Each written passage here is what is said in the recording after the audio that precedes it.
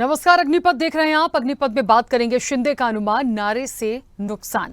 महाराष्ट्र में लोकसभा चुनाव के बाद अब तैयारी विधानसभा चुनाव की है। ऐसे में राज्य के तमाम दल अपनी अपनी रणनीति में लग गए हैं। उधर लोकसभा चुनाव के परिणामों के बाद महाराष्ट्र के राजनीतिक दलों में उथल पुथल भी बनी हुई है। एक तरफ शरद पवार की पार्टी में नोकझोंक की खबरें हैं तो दूसरी तरफ शिवसेना यानी शिंदे गुट और अजीत पवार की एनसीपी में हलचल तेज है। इस बीच प्रदेश के सीएम एकनाथ शिंदे का एक बयान सामने आया जिसमें उन्होंने कहा कि बीजेपी और उनके गठबंधन की हार की वजह 400 पार का नारा रहा। एकनाथ शिंदे का कहना था कि विपक्ष ने लोगों के बीच एक गलत संदेश पहुंचाया कि यदि बीजेपी को 400 के पार सीट मिल गई तो हम संविधान में संशोधन कर देंगे और जाति आधारित आरक्षण को खत्म कर दिया जाएगा। एकनाथ शिंदे ने मंगलवार को कहा था कि चुनावों के दौरान हमें कुछ जगहों पर हार का सामना करना पड़ा। इसकी वजह विपक्ष ने गलत बयानबाजी की। संविधान में बदलाव किया जाएगा और आरक्षण खत्म किया जाएगा। हमारे 400 पार नारे ने गलत धारणाएं पैदा की और लोगों के मन में आशंकाएं पैदा की कि भविष्य में यह मुद्दा बनेगा। उधर सीएम शिंदे के बयान पर शिवसेना नेता संजय राउत ने कहा कि महाराष्ट्र में भाजपा को जो नुकसान हुआ है वो अजीत पवार और एकनाथ शिंदे की वजह से हुआ है। उन्होंने कहा कि एकनाथ शिंदे ने पैसे और पुलिस की ताकत से 7 सीटें जीती हैं। 400 पार का नारा नरेंद्र मोदी ने दिया था। उनमें इतनी हिम्मत है कि वे जाकर उनसे कहें कि ये नारा गलत था। आपको बता दें कि महाराष्ट्र में इस लोकसभा चुनाव में बड़ा उलटफेर हुआ है, जहां इस चुनाव में 48 सीटों में से एनडीए सिर्फ 17 सीटों पर ही सिमट गई, जिनमें से बीजेपी को 9 सीटें, एकनाथ शिंदे की शिवसेना को 7 और अजीत पवार की एनसीपी को 1 सीट मिली। वहीं कांग्रेस शिवसेना यानी यूबीटी और एनसीपी शरद चंद्र पवार ने 30 सीटों पर कब्जा किया है, जिसमें कांग्रेस को 13 सीटें, शिवसेना यूबीटी को 9 सीटें, एनसीपी शरद चंद्र पवार ने 8 सीटों पर जीत दर्ज की है। लेकिन महाराष्ट्र में अब बारी विधानसभा के रण की है। ऐसे में लोकसभा चुनाव के तुरंत बाद ही विधानसभा चुनाव को देकर सियासत जरूर देखी जाने लगी है। चर्चा पर आगे बढ़ेंगे, उससे पहले एक प्रतिक्रिया है वो आपको सुनाते हैं। महाराष्ट्र में जो नुकसान हुआ है वो अजीत पवार और शिंदे की वजह से हुआ है। शिंदे को 7 सीटें मिली है पैसे की ताकत पर, पुलिस की ताकत पर, लेकिन असली नुकसान तो बीजेपी का शिंदे और अजीत पवार का जो निर्णय हुआ है पार्टी तोड़ने का हमारा, उसकी वजह से हुआ है। 400 पार का नारा है, मोदी ने दिया था ना, तो मोदी जी को जाकर बोलिए अपने गलती की हिम्मत है, बोलिए मोदी जी को, मोदी जी आपने 400 पार का नारा दिया लेकिन आप 200 पार भी नहीं पार कर सके। कुछ जगह पर हमें नुकसान हुआ है, महाराष्ट्र में भी नुकसान हुआ है। संविधान बदलेंगे, ये होगा, रिजर्वेशन जाएगा, फलाना होगा, कुछ भी नहीं होने वाला था। लेकिन 400 पार वाला आंकड़ा जो है उसके वजह से लोगों के दिमाग में एकदम ऐसी बात हो गई कि ये सब आगे जाके कुछ गड़बड़ होगी। लेकिन मोदी जी को देश की सेवा करने वाले हैं, मोदी जी ने अपना जीवन जो देश को समर्पित किया है, और 10 साल में एक भी छुट्टी नहीं लेने वाला प्रधानमंत्री कौन है? तो उनका नाम देखिए, तो शिंदे का अनुमान, नारे से नुकसान, ये अनुमान इसलिए भी है क्योंकि ये बात तो सच है, जब ये 400 पारा का नारा आया था, 400 पार का, उस वक्त ये बात कही जा रही थी कि कहीं ना कहीं जो एक मैसेज गया है, यदि सब कुछ एक तरफा चला जाएगा तो बहुत सारी चीजें होंगी, संविधान बदलने की बात हो रही थी। हो सकता है ये बात कहीं ना कहीं जनता के मन में हिट की गई हो। लेकिन एक बात यह भी है कि एकदम से जो सीटों में डिफरेंस आया महाराष्ट्र में, क्या सिर्फ इस एक वजह से? इसके पीछे और भी तो कारण हो सकते हैं। क्या है वो कारण, या फिर सिर्फ बयान को ही टारगेट करना है? चर्चा पर आगे बढ़ेंगे। हमारे साथ तमाम मेहमान जुड़े हैं। सबसे पहले आपका परिचय करा दें। भारतीय जनता पार्टी का पक्ष रखने के लिए अकबर शेख हमारे साथ जुड़े हैं। अकबर जी, बहुत स्वागत चर्चा में जुड़ने के लिए। शिवसेना नेता हैं चिंटू शेख। चिंटू जी, आपका भी बहुत स्वागत है। और कांग्रेस का पक्ष रखने के लिए तुषार पोटे हमारे साथ जुड़े हैं। तुषार जी, आपका भी बहुत स्वागत है। मैं चर्चा की शुरुआत सबसे पहले चिंटू जी आपसे करना चाहती हूँ। मेरी आवाज पहुंच रही है? हाँ, पहुंच रही है, बोलिए। चिंटू जी, ये जो बात आई है एकनाथ शिंदे की तरफ से कि 400 पार का जो नारा था उसकी वजह से बड़ा नुकसान हुआ है, ठीक है, और संजय राउत जी एक तरफ पलटवार करके ये कहते हैं कि 400 पार का नारा कोई अलग से तो आया नहीं, ये तो मोदी जी का नारा था, तो किसी की हिम्मत है तो उनसे जाकर बोल लें कि आपके नारे की वजह से ये नुकसान हुआ। 2 बातें।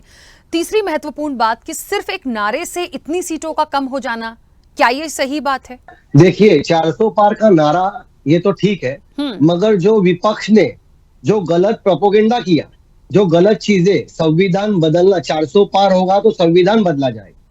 जो महाराष्ट्र में पिछले 1 साल 1.5 साल से जो मराठा आंदोलन चल रहा है उसके बारे में जो बात चली, जो एंटी मुस्लिम जो अभी शिवसेना मुस्लिमवादी बनी है, उद्धव ठाकरे जी उस मुस्लिमवादी नेता बने हैं, उसके बारे में ये नहीं देखा कि कांग्रेस सावरकर जी के बारे में कुछ बयान दे रही है, राहुल गांधी कुछ सावरकर जी के बारे में दे रही है, मगर जो एंटी प्रोपोगेंडा जो हमारे बारे में गलत खबरें फैला दी, संविधान बचाइए, 400 पार होगा तो संविधान बदला जाएगा, संविधान के ऊपर यह होगा, फिर मराठा आंदोलन का हो, फिर मुसलमानों का कुछ, जबकि महाराष्ट्र के अंदर पिछले काफी दिनों से कोई हिंदू मुस्लिम दंगा नहीं हुआ। यहां तक कि मराठा रिजर्वेशन जो था, मराठा आरक्षण जो था, वो पहले बार देवेंद्र जी जब चीफ मिनिस्टर थे तभी वो दिया था, वो जाकर कोर्ट में वापस से टिक नहीं पाया, कोर्ट से उसको विड्रॉ करना पड़ा। और जो मुसलमानों का हमदर्द बन के अभी जो शिवसेना उद्धव बाला साहब ठाकरे का ग्रुप जो आया है आगे, तो ये सब इकट्ठा लेकर आप देखेंगे तो ये पूरा विपक्ष की चाल थी, किस तरीके से करेंगे, मगर कुछ नहीं, हमने सबक ले लिया है, हमें जो सीट कम आई है आने वाले चुनाव में हम उसका सुधार करेंगे और लोग खुद जान जाएंगे कि किस तरीके से शिवसेना भवन के अंदर मुसलमानों को ट्रीट किया जा रहा है, किस तरीके से मुंबई में एक सीट है राहुल शेवाई जी की जहां अनिल देसाई जीते हैं, हाँ जो वो जीता वो सिकंदर, मगर लोगों का कितना काम करेंगे ये लोग, ये देखिए आपको मालूम पड़ जाएगा। अब मैं ये भी बोलना चाहता हूँ ये प्रोग्राम के माध्यम से कि बोला जाता है कि मुसलमानों ने उद्धव ठाकरे को वोटिंग किया, मैं बोलता हूँ नहीं, मुसलमानों ने कांग्रेस को वोटिंग किया है, जो कि उद्धव ठाकरे अब कांग्रेस में थोड़े दिन में शामिल होने वाले हैं, उनको वोटिंग किया है। बीजेपी का और एकनाथ शिंदे जी का शिवसेना और अजित दादा की राष्ट्रवादी, हमने काम किया हुआ है लोगों का, महाराष्ट्र में काम कर रहे हैं और करते रहेंगे। आने वाले चुनाव में पूरा स्पष्ट हो जाएगा कि किसको बहुमत मिल रहा है किसको नहीं। जो रिजल्ट आया उसका हमने मान सम्मान सब किया है और हम आत्मचिंतन भी कर रहे हैं कि हमें क्यों सीट कम मिली है। ठीक है, तो आने वाले चुनाव में आपको पिक्चर क्लियर हो जाएगा। ठीक है, चलिए वापस आऊंगी। तुषार जी मुझे सुन पा रहे हैं? जी मैं बिल्कुल सुन पा रहा हूँ। तुषार जी, यहाँ अभी एक बात निकल कर आई है कि वो जो वोट था वो कहीं ना कहीं कांग्रेस को गया है, मुस्लिम वोट। देखिए सवाल इस बात का नहीं है कि पब्लिक ने जो इतनी सीटें दी हैं वो क्या सोच के दी हैं, किसको दी हैं, कांग्रेस को दी हैं, उद्धव गुट को दी हैं, कुछ और दिया है। माजरा यह है कि महाराष्ट्र की जनता ने जो एक लाकर दिए सीट के नंबर ऑफ सीट्स जो आई, उसमें कहीं ना कहीं मुझे लगता है एनसीपी शरद चंद्र पवार वाले गुट को बहुत फायदा हुआ। कांग्रेस की बहुत अच्छी सीटें निकली, कांग्रेस की सीट्स के साथ साथ एनसीपी को भी मैं साइड में रखती हूँ, फिलहाल बाद में आऊंगी, लेकिन ओवरऑल जो 30 सीटों का कैलकुलेशन आया ये छोटी मोटी बात नहीं है। अब कहा जा रहा है कि विपक्ष क्योंकि उस मुद्दे को बना गया जो 400 पार वाला था कि संविधान बदल देंगे, जातिगत जनगणना जो है, जाति के आधार पर जो आरक्षण है वो खत्म हो जाएगा, तो ये सारे फैक्टर्स हो सकते हैं, मुद्दे तो ये हैं, लेकिन महाराष्ट्र में क्या इतने प्रभावी हो गए ये मुद्दे कि उन्होंने सीधे एक 48 में से यहाँ 30 पे एक तरफा रिजल्ट दे दिया? नहीं, मैं बिल्कुल, ये बात मुझे मंजूर नहीं है। सबसे पहले मैं ये बात की शुरुआत करना चाहूंगा कि महाराष्ट्र में जो 3 साल पहले एक जो पार्टी है, पार्टी का जो 2 ब्रेक करने हैं, एक पार्टी को 2 करना है, और इधर आके जो पीएम सर बोलते हैं कि हमेशा ये असली शिवसेना है, ये असली राष्ट्रवादी है, ये पहले महाराष्ट्र की इतिहास नहीं है। महाराष्ट्र का इतिहास पूरा क्लीन पॉलिटिक्स का है, जहां पे बीजेपी ने क्या किया कि हर बार इधर ओरिजिनल शिवसेना, नकली शिवसेना, एक पक्ष जो है, एक पार्टी के 2 टुकड़े करना, उसी में से कोई जो अपना सेनापति है, जो स्ट्रॉन्ग लीडर है, उसको साइड में लेके जाना और एक गुट बनाकर महाराष्ट्र की जो राजनीति है उसको दूषित करना। ये बात ये बात जनता को हजम नहीं हुई, ये एक बात हुई। और जो अगर मुस्लिम वोटों की अगर हम बात करते हैं तो 2019 में बीजेपी को मुस्लिम वोट मिल गए, तो ऐसा भी हम मान सकते हैं। और तीसरी बात मैं इस बात पे आऊंगा कि ईडी, सीबीआई और जो नौकरशाही की जो संगठन है उसका डर दिखाकर लोगों को, नेताओं को भड़काना और उनको अपने साइड में करना, ये जनता को बिल्कुल पसंद नहीं है। एक बात साफ है कि लोगों को क्लीन पॉलिटिक्स चाहिए, और महाराष्ट्र और यूपी के लोगों ने ये आंखों के सामने देखा। अगर हम किसी एक पार्टी के अध्यक्ष को चैलेंज करके उसके नेता को अगर हम अपने काबू में करते हैं ईडी और सीबीआई का धाक दिखाकर, तो ये गलत बात है। दूसरी बात, अगर ईडी और सीबीआई का धाक दिखाकर मुस्लिम वोटों की अगर बात है, तो एक बात ध्यान में लीजिए, संजय राउत जी को आप जेल में डालते हैं, आप नवाब मलिक को जेल में डालते हैं, आप अरविंद केजरीवाल को जेल में डालते हैं। इनका जो गठबंधन है वो मुस्लिम पार्टी से है, जो 2013 में अकबरुद्दीन ओवैसी के भाई ने एक बयान किया था 15 मिनट वाला, तो वो इतना फैल गया कि उसके बाद बीजेपी सत्ता में आई। अगर ये मुस्लिम विरोधी या जाति का प्रोपेगेंडा करते हैं, तो आज तक ओवैसी जेल में क्यों नहीं है, उनको बाहर क्यों रखा है? अगर हैदराबाद में हम गए तो सबसे ज्यादा कॉलेज और सबसे ज्यादा प्रॉपर्टी उनकी कितनी बड़ी है? ये 10 साल में बड़ी है। ये जो जाति का जो पॉइजन है वो बीजेपी से ही शुरू है, और वो उनका ये जो है उनका ही कैपिटल है। ठीक है, चलिए वापस आऊंगी। चिंटू जी, वापस आपकी तरफ रुख करती हूँ। अब खैर बीजेपी का पक्ष अब कनेक्ट नहीं हो पा रहे हैं, लेकिन ठीक है, अभी बहुत सारी बात तुषार जी भी कह रहे थे। मुझे ये बताइए कि यहां तक तो जो होना था हो गया, आगे की स्ट्रेटेजी क्या है? विधानसभा चुनाव है, मुद्दे अलग होते हैं, लेकिन आजकल तो खैर देश के मुद्दे विधानसभा में आ जाते हैं, विधानसभा के मुद्दे देश में चले जाते हैं, लेकिन देश का चुनाव जो होना था, जो सरकार आनी थी, वो आ गई। अब महत्वपूर्ण है महाराष्ट्र में जो विधानसभा चुनाव होंगे वो बेहद महत्वपूर्ण होंगे। वहां की सीट्स जो होंगी वो अपने आप में, क्योंकि उस फैक्टर में देखिए एक व्यक्तिगत जो भी कैंडिडेट होता है उसका भी अपना एक नेतृत्व होता है, उसकी अपनी एक छवि होती है, उसका भी एक रिपोर्ट कार्ड होता है यदि किसी को हम रिपीट कर रहे हैं तो। उस हिसाब से अब क्या तैयारी है? ये सारी बातें भी उसमें आएंगी या फिर किसी और अलग अच्छे मुद्दों के साथ विधानसभा के लिए निकलेंगे? देखिए, आने वाले चुनाव के लिए महाराष्ट्र में शिवसेना और हमारे नेता, हमारे महाराष्ट्र के मुख्यमंत्री एकनाथ जी शिंदे साहब 24/7 24 घंटे हफ्ते के 7 दिन महीने भर नॉन स्टॉप काम करते हैं, रात को लेट तक काम कर रहे हैं, हर जनता तक करते हैं, ना कोई भेदभाव, ना कोई काम में कमी, उनका काम ही बोलता है। एकनाथ शिंदे जी का काम इतना अच्छा है, हमने ये चुनाव से, जो चुनाव बीत गया उससे हमने ये सबक लिया है कि काम करते रहो, लोगों का, जनता तक अपना काम पहुंचना चाहिए, जनते का, हर किसानों का काम पहुंचना चाहिए। क्योंकि ये चुनाव में हमने देखा कि किसानों ने, मराठों ने, दलितों ने बहुत जगह हम कहीं ना कहीं कम पड़े, हम खुद कबूल करते। तो वो पूरा पैच जो हमारा ड्रॉप ऑफ है, पॉइंट है, वो हम सुधारेंगे, हम पूरे जनता की सेवा करेंगे और हम हर एक बंदे तक, हर एक जनता तक, हर एक गांव में, हर एक लोगों तक पहुंचेंगे। और सेंट्रल गवर्नमेंट की, स्टेट गवर्नमेंट की जो सुविधा है, जो योजनाएं हैं, वो लोगों तक पहुंचाएंगे। हमें पूरा एक कार्यकर्ता, एक शिवसेना का एक छोटा सा कार्यकर्ता बोल के मुझे पूरा उम्मीद है, मुझे एकनाथ शिंदे जी के ऊपर पूरा यकीन है कि आने वाला चुनाव महाराष्ट्र का, वो चुनाव वापस से एकनाथ शिंदे साहब ही मुख्यमंत्री होंगे और ज्यादा से ज्यादा सीट हमें मिलेगी।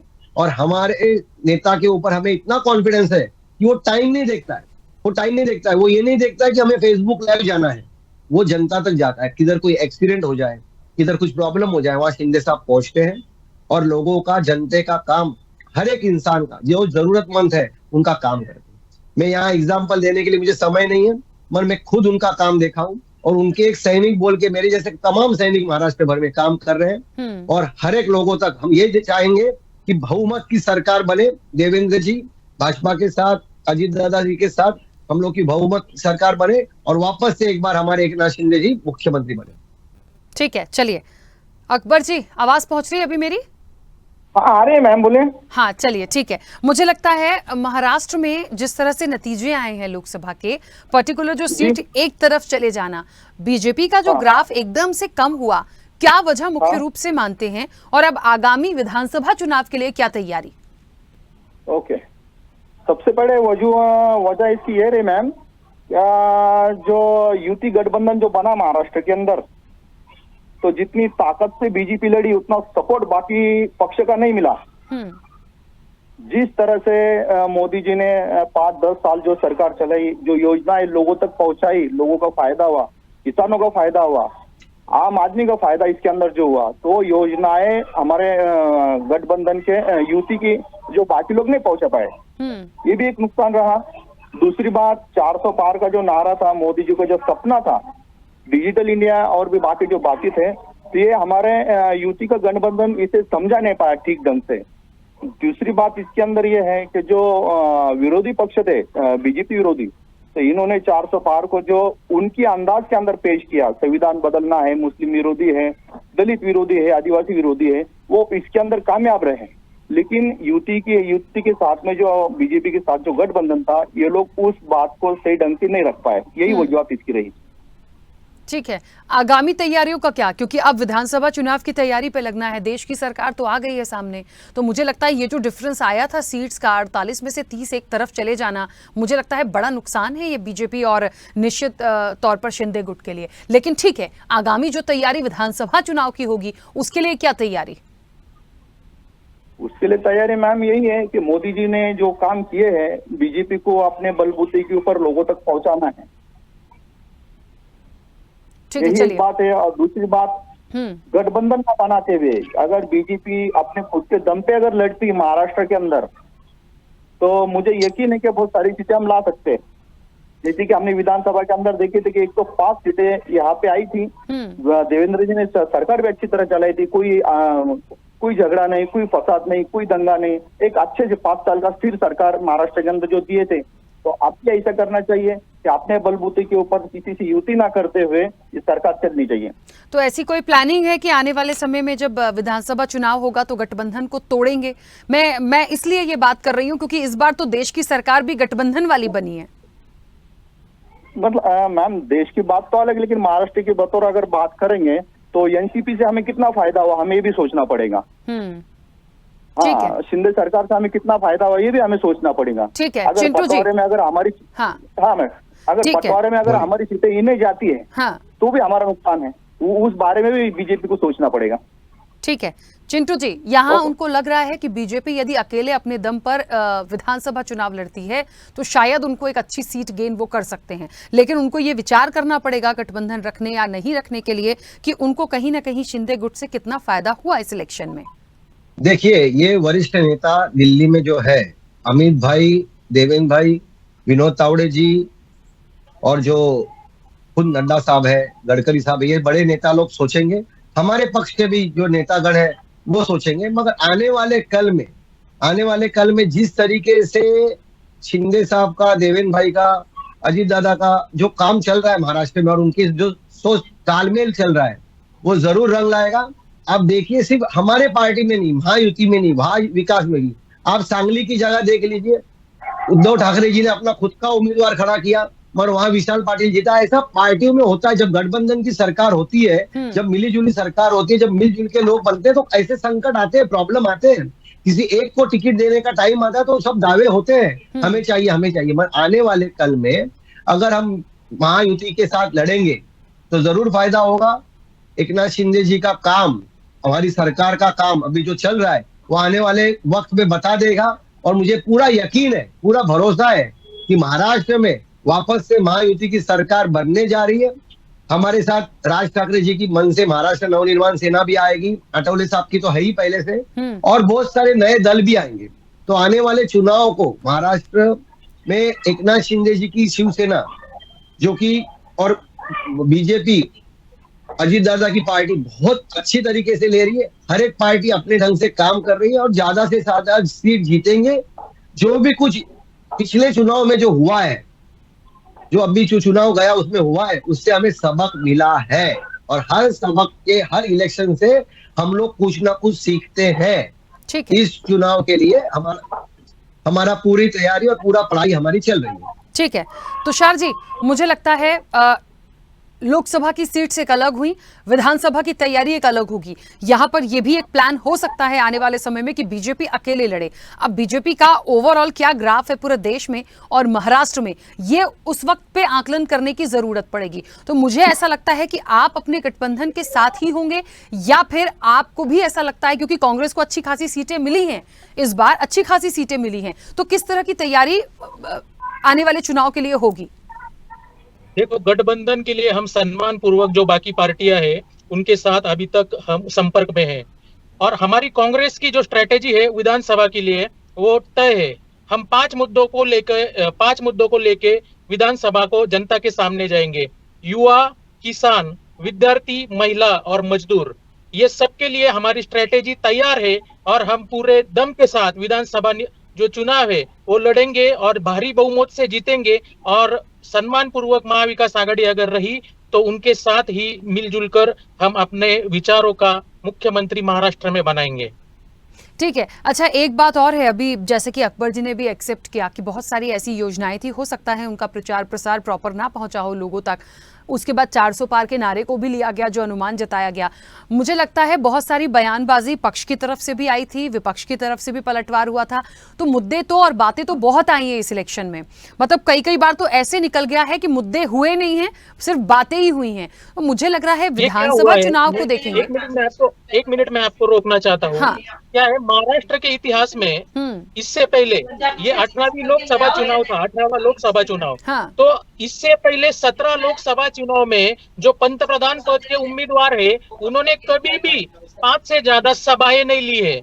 महाराष्ट्र में इस बार 18वीं लोकसभा के लिए पंतप्रधान नरेंद्र मोदी जी ने महाराष्ट्र में तब्बल 27 सभाएं ली है। और आपने नतीजे देखे, इधर बीजेपी के 3 जो अभी के मंत्री थे, विद्यमान मंत्री थे, उनका पराभव हुआ है। तो ये सब लोगों को ये रुचि नहीं है। क्या है कि ये सब लोगों को क्लीन पॉलिटिक्स चाहिए। मजदूर होंगे, महिलाएं होगी, विद्यार्थी होंगे, युवा होगा या किसान होंगे, ये सम्मान पूर्वक महाराष्ट्र में जीना चाहते हैं। और एक महाराष्ट्र की जो राजनीति है वो क्लीन रखने चाहते हैं। ठीक है, चलिए, क्योंकि समय भी हो गया है, अब आगामी इलेक्शन की तैयारी है। जो हो गया सो हो गया, किसका गठबंधन बना रहेगा, कौन गठबंधन छोड़ेगा, ये आने वाले वक्त की बात होगी। लेकिन फिलहाल तो एक बात कह देना, जो अनुमान था उनका कि नारे से नुकसान हुआ है, हो सकता है क्योंकि बड़ी तेजी से ये बात निकली थी। खैर, अब आने वाले समय की बात है। समय हो गया। आप सभी का बहुत शुक्रिया इस चर्चा में जुड़ने के लिए। तो निश्चित तौर पर देखिए, शिंदे का अनुमान है नारे से नुकसान, लेकिन यहां पर जो शिवसेना गुट से अभी हमारा पक्ष रख रहे थे यहाँ चिंटू जी, वो कह रहे हैं कि सिर्फ माना जा सकता है, कहा जा सकता है। लेकिन बीजेपी कह रही है कि हो सकता है कई योजनाओं को प्रॉपर लोगों तक नहीं पहुंचाया गया हो। यानी दो तरफ से बातें हैं और ये दोनों ही गठबंधन का हिस्सा हैं। ऐसे में विपक्ष भी कह रहा है कि भले उस चीज का प्रचार प्रसार किया, लेकिन मुद्दे कई सारे हैं। सिर्फ एक इस बयान की वजह से एकदम से रिजल्ट 48 में से 30 पे आ जाए, ये नहीं हो सकता। तो कई सारे फैक्टर्स हैं जो काम करके गए हैं।